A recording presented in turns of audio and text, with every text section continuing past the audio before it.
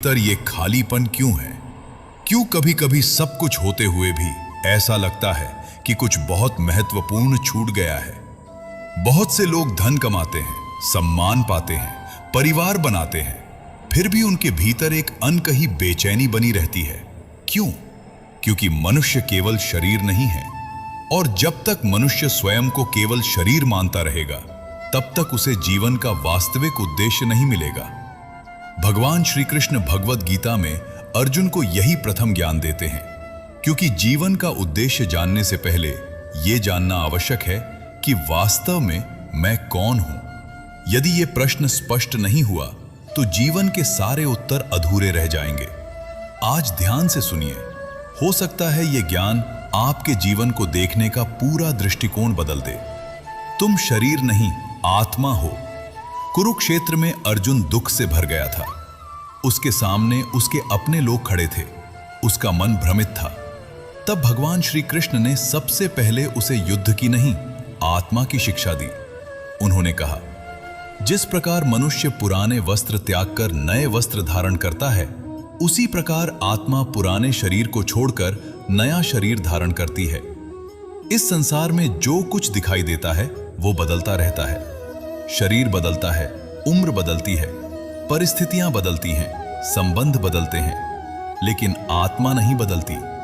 आत्मा न जन्म लेती है और न मरती है। अब सोचो, यदि तुम स्वयं को केवल शरीर मानोगे तो तुम्हारा पूरा जीवन शरीर की आवश्यकताओं के पीछे ही बीत जाएगा। भोजन, आराम, धन, सुरक्षा, सम्मान। लेकिन आत्मा की आवश्यकता क्या है? शांति, सत्य, ईश्वर से संबंध। यही कारण है कि संसार की वस्तुएं शरीर को सुख दे सकती हैं, लेकिन आत्मा को तृप्त नहीं कर सकती। इसीलिए बहुत से लोग सब कुछ पाकर भी भीतर से खाली रहते हैं, क्योंकि उन्होंने शरीर को तो बहुत कुछ दिया, लेकिन आत्मा को कुछ नहीं दिया। संसार में कुछ भी स्थायी नहीं है। मनुष्य की सबसे बड़ी भूल क्या है? वो अस्थायी वस्तुओं में स्थायी सुख खोजता है। यही दुख का मूल कारण है। भगवान श्री कृष्ण कहते हैं, जो उत्पन्न हुआ है उसका नाश निश्चित है। जो मिला है वो एक दिन छूटेगा। जो बना है वो एक दिन टूटेगा। फिर भी मनुष्य उन्हीं चीजों को पकड़कर बैठ जाता है। धन चला जाए तो दुख, सम्मान चला जाए तो दुख, कोई अपना दूर हो जाए तो दुख। क्यों? क्योंकि उसने अस्थायी वस्तु को स्थायी मान लिया था। कल्पना करो, यदि तुम्हें पहले से पता हो कि किसी सराय में तुम्हें केवल एक रात रुकना है, तो क्या तुम उसे अपना स्थायी घर मान लोगे? नहीं। लेकिन इस संसार में मनुष्य यही गलती करता है। वो यहां कुछ समय के लिए आया है, लेकिन इसे ही सब कुछ मान बैठता है, और जब परिवर्तन आता है तो टूट जाता है। ज्ञानी व्यक्ति संसार से भागता नहीं, वो संसार की वास्तविकता को समझता है। वो जानता है कुछ भी हमेशा रहने वाला नहीं है, इसलिए वो परिवर्तन आने पर भी विचलित नहीं होता। मन ही बंधन है, मन ही मुक्ति है। बहुत लोग सोचते हैं कि उनकी समस्या बाहर है, परिस्थितियां खराब हैं, लोग खराब हैं, भाग्य खराब है। लेकिन गीता का ज्ञान कहता है, मनुष्य का सबसे बड़ा मित्र उसका मन है, और सबसे बड़ा शत्रु भी उसका मन ही है। यदि मन नियंत्रित है तो कठिन परिस्थितियां भी विकास का साधन बन जाती हैं। यदि मन अनियंत्रित है तो अच्छी परिस्थितियां भी दुख का कारण बन जाती हैं। सोचो, दो व्यक्तियों के पास समान परिस्थिति हो सकती है। एक शांत रहता है, दूसरा परेशान रहता है। अंतर कहां है? परिस्थिति में नहीं, मन में। मन जिस दिशा में जाता है, जीवन उसी दिशा में जाने लगता है। यदि मन इच्छाओं के पीछे भागता रहेगा तो कभी संतोष नहीं मिलेगा। एक इच्छा पूरी होगी, दूसरी खड़ी हो जाएगी, फिर तीसरी, फिर चौथी, और ये क्रम चलता रहेगा। इसलिए श्री कृष्ण मन को साधने की शिक्षा देते हैं। जो मन को जीत लेता है वो संसार को जीत लेता है। इच्छा का अंत नहीं है। मनुष्य सोचता है, बस ये मिल जाए फिर मैं सुखी हो जाऊंगा। लेकिन क्या ऐसा होता है? नहीं, क्योंकि इच्छा अग्नि की तरह है। जितना ईंधन डालोगे उतनी बढ़ेगी। एक व्यक्ति धन चाहता है, धन मिल जाता है, फिर अधिक धन चाहिए, फिर उससे भी अधिक, फिर उससे भी अधिक। इच्छा कभी नहीं कहती अब पर्याप्त है। इसलिए गीता में कहा गया है कि कामना मनुष्य के ज्ञान को ढक देती है। कामना मन को अशांत बनाती है और अशांत मन कभी सुखी नहीं हो सकता। संतोष का अर्थ यह नहीं कि प्रयास छोड़ दो। संतोष का अर्थ है प्रयास करो, लेकिन अपनी शांति को परिणाम पर निर्भर मत करो। कर्म करो, लेकिन अपने मन को परिणाम का दास मत बनाओ। जीवन का उद्देश्य केवल भोग नहीं है। यदि जीवन का उद्देश्य केवल खाना, कमाना और मनोरंजन होता तो मनुष्य और पशु में क्या अंतर रहता? पशु भी खाते हैं, सोते हैं, अपनी आवश्यकताएं पूरी करते हैं। मनुष्य को विशेष क्या बनाता है? उसकी विवेक शक्ति, सत्य को जानने की क्षमता, ईश्वर को समझने की क्षमता, अपने वास्तविक स्वरूप को पहचानने की क्षमता। यही मनुष्य जीवन का महत्व है। गीता बार बार मनुष्य को याद दिलाती है कि यह जीवन केवल भोग के लिए नहीं मिला, यह आत्मबोध के लिए मिला है, यह सत्य की खोज के लिए मिला है, यह ईश्वर की ओर बढ़ने के लिए मिला है। जब मनुष्य इस उद्देश्य को भूल जाता है तब जीवन दिशाहीन लगने लगता है, और जब वो इसे समझ लेता है तब साधारण जीवन भी अर्थपूर्ण बन जाता है। यदि सब कुछ एक दिन छूट जाने वाला है, यदि शरीर नश्वर है, यदि धन, सम्मान, संबंध और परिस्थितियां स्थायी नहीं हैं, तो क्या जीवन व्यर्थ है? क्या मनुष्य को सब कुछ छोड़ देना चाहिए? क्या संसार से दूर भाग जाना ही ज्ञान है? नहीं, यही वो स्थान है जहां अधिकांश लोग गीता के ज्ञान को समझने में भूल कर बैठते हैं।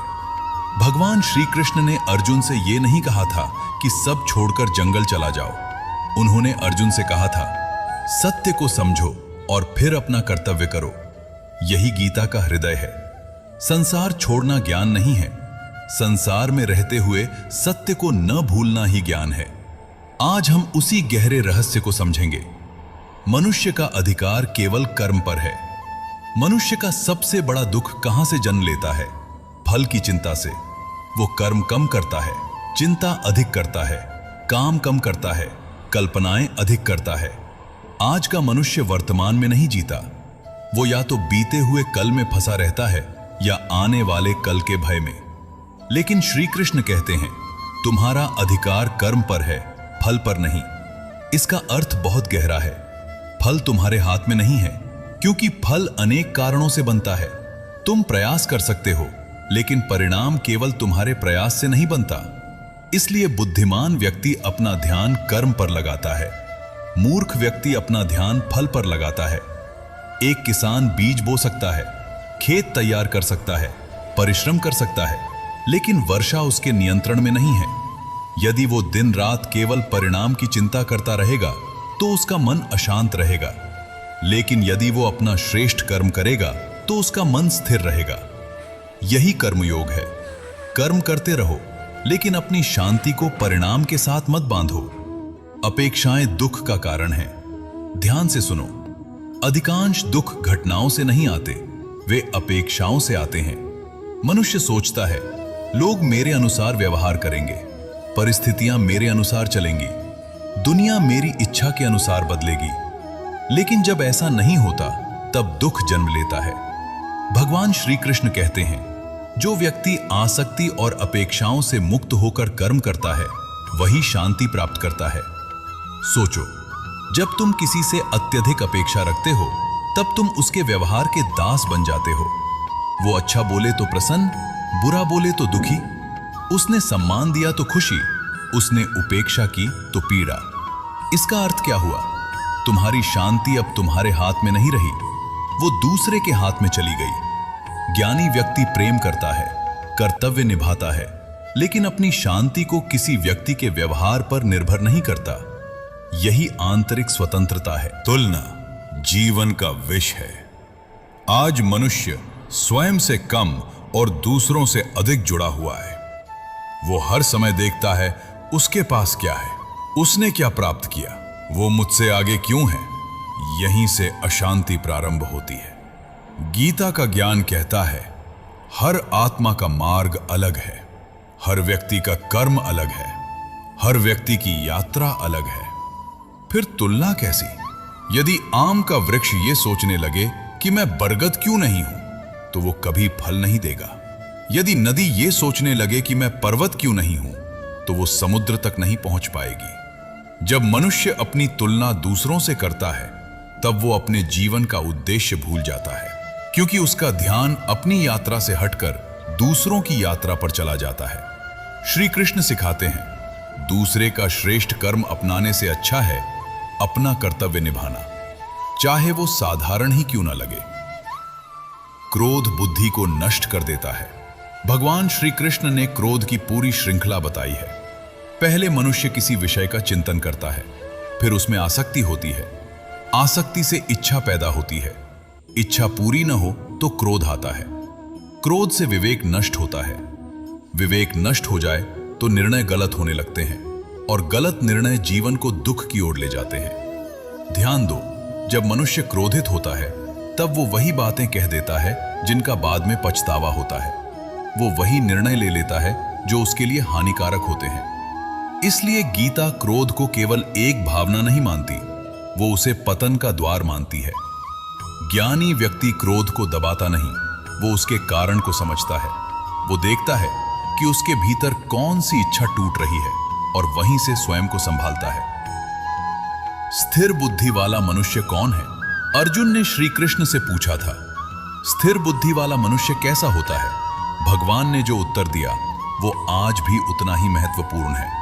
उन्होंने कहा, जो सुख मिलने पर अत्यधिक प्रसन्न नहीं होता, जो दुख आने पर टूटता नहीं, जो भय, क्रोध और लोभ से मुक्त रहता है, वही स्थिर बुद्धि वाला है।